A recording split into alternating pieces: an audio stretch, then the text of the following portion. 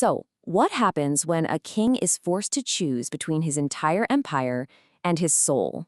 Today, we're diving into the incredible story of Ahmadou Sekou Tall, a West African ruler who faced down one of the most powerful empires on earth, all for the sake of his honor. Just listen to these words. We may lose our empire, but we will not lose our honor, nor our faith. I mean, really let that sink in for a second. That's not just some old quote from a history book, right? That's a defiant roar from a leader facing impossible odds. And honestly, it's the key that unlocks his entire story. You know, to really get why a man would say something so powerful, we kind of have to start at the end of the story. So picture this. It's 1893. The air is thick with gunpowder. You can hear the thunder of French cannons across the river as they just tear into the city of Jihad. This is it. This is the last stand of the Toucouleur Empire. So who's the man at the center of this whole storm? I mean, who is this king who was willing to watch his entire world burn down rather than bend the knee? Well, to answer that, we've got to look at the absolutely impossible legacy that was handed to him. All right, so Ahmadou's father, he was a conqueror, a holy warrior named Umar Tall, who had literally carved out this massive empire with a sword in one hand and the Quran in the other. So you can imagine, this wasn't just any old kingdom. It was a sacred trust. And that inheritance, it was going to become Ahmadou's greatest burden. So boom, 1864, this huge, fragile empire just falls into his hands. And for the next 20-plus years, he's basically just fighting to keep the whole thing from splintering into a million pieces. But then in the 1880s, a new threat shows up from the West, and it's a much, much bigger one, the French colonial army, and they are hungry for territory. You just know a collision is coming. And you have to understand, this wasn't just a random collection of lands. No, it was a civilization built on the idea of Islamic justice. Ahmadou himself was basically molded from birth to be its guardian. He had to be a scholar, a warrior, and a king, all at the same time. So, as Ahmadou is working to build a nation, this shadow of another empire starts creeping across his borders, and it's going to force him to make an impossible choice. And what's really fascinating here is that Ahmadou wasn't some warmonger, you know? If you look at his letters, you see a guy who's obsessed with justice and reform. He's busy setting up courts with Islamic judges, building mosques, promoting scholarship, trying to build a really just society. He was a builder, not a destroyer. But that dream was about to get shattered. So he's trapped, right? He's got an impossible choice. Option 1, diplomacy. He could sign treaties like the Treaty of Goree in 1887, try to avoid bloodshed, and just hang on to whatever sovereignty he has left. Option 2, resistance. He could fight for his faith and his independence, but risk the total annihilation of his people and his empire. At first, he chose diplomacy. But here's the thing.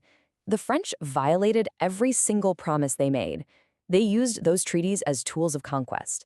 They started building forts on his land. They started arming his rivals.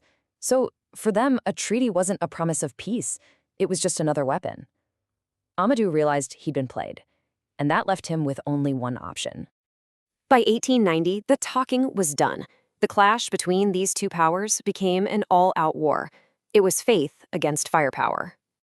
I mean, look at this matchup. It's a total clash of worlds. On one side, you've got Ahmadou's forces, driven by loyalty and belief, armed with muskets and swords. On the other, you've got the French colonial forces with modern artillery, quick-firing rifles, and seemingly endless reinforcements. This was an asymmetrical conflict, pitting deep-seated faith against the raw technology of a modern industrial army. And the war, well, it was brutal. In 1890, French troops capture his capital, Ségou. But does he surrender? Nope. Ahmadou just retreats east to reorganize. Then in 91, another key city, Jihad, falls after some really fierce resistance. But still, he fights on. It's not until 1893, after a final stand, that he's forced into exile. Despite his major cities falling, he just refused to concede, waging this desperate 2-year guerrilla struggle. And the whole time, he was basically fighting alone. We know from his letters that he was calling for a united front, begging neighboring Muslim rulers to join him. But crickets.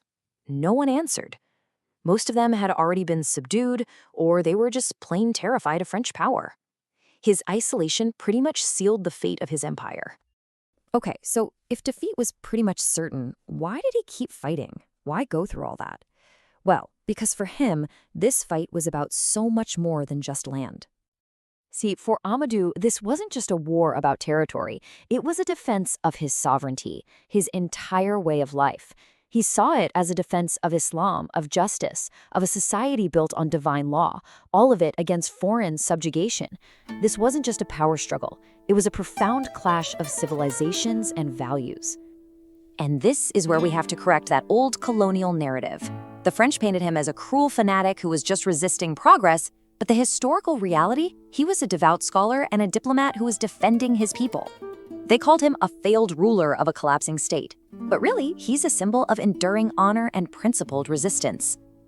So what are the lessons here? What does Ahmadou's story teach us? Well, for one, that conviction can be an incredibly powerful force, even when you're completely outgunned. It shows us that internal rivalries can weaken you more than any external enemy, that losing a battle doesn't mean you have to lose your dignity. And maybe most importantly, that colonial narratives are often twisted to justify conquest. You know, in the mosques of Ségou and Djenné, his name is still remembered. But he's not remembered as the defeated king. He's remembered as the leader who chose honor over surrender. So even though his empire fell, his defiance created this powerful memory that went on to inspire later anti-colonial movements. And that really brings us back to that first quote, doesn't it?